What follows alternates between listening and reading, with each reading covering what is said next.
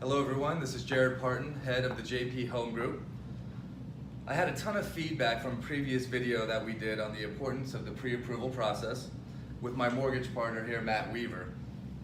So I decided to do another one on a very important topic, appraisals. Matt, thanks for joining me again. Well, thank you for having me again. Hello everyone.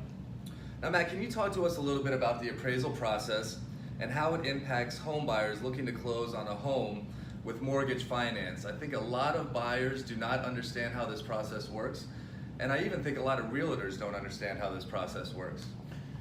Well, thank you again for the opportunity, Jared. So when we think about the appraisal process and we think about mortgage financing, first and foremost, mortgage financing has a lot of different safeguards in place for the home buyer. And what I mean by that is that when you're obtaining mortgage financing, they're really safeguarding the lender, which in turn safeguards the buyer. As an example, an appraisal is required when you're getting mortgage financing. A survey is required. You also have title insurance that's required, and several other factors. So specifically with the appraisal, what's happening there is the mortgage lender wants to make sure that the client's not overpaying for the property.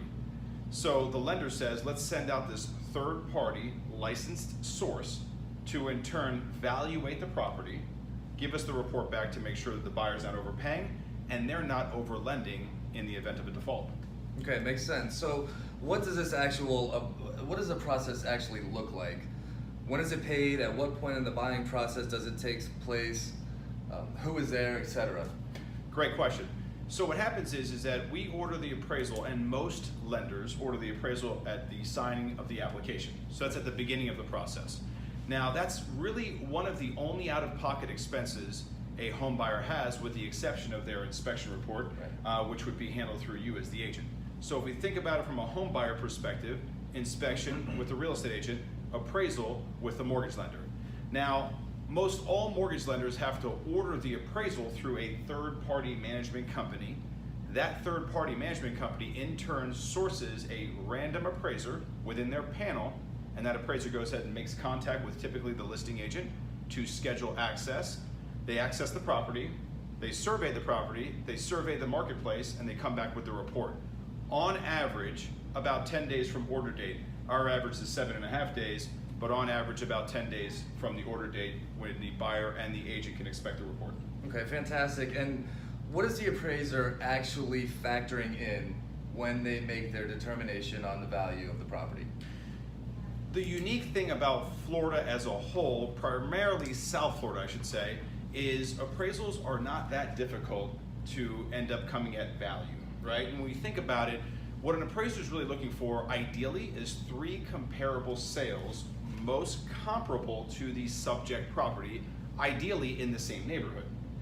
If that home or those homes don't exist, they can of course go outside of that project, that neighborhood, and source other comparable sales.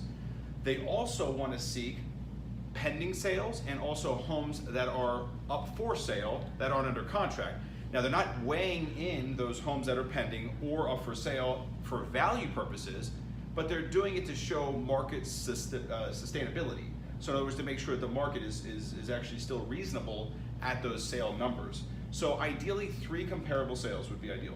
Okay, so obviously we do not love discussing this. I personally don't have a problem bringing this up, though I'd rather be upfront if it does happen. But what do we do if the appraisal comes up short? Okay, something that happens right around 20 to 25% of the time. It's subsiding a little bit, but we saw a lot of that over the past 10 years in the mortgage lending world. So not all that uncommon. So really you have 4 choices, and in no particular order. Choice 1, seller reduces their purchase price down to what that value is. Choice 2, buyer in turn pays above and beyond appraised value for what the seller wants for the home.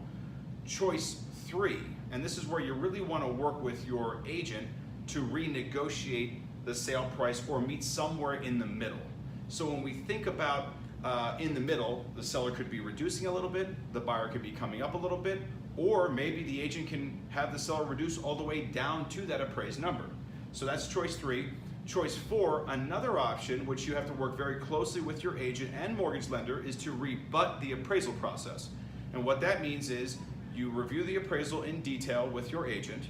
Ideally, you find some comparable sales that perhaps the appraiser missed, and you go ahead and rebut the appraiser to in turn have them perhaps review their value.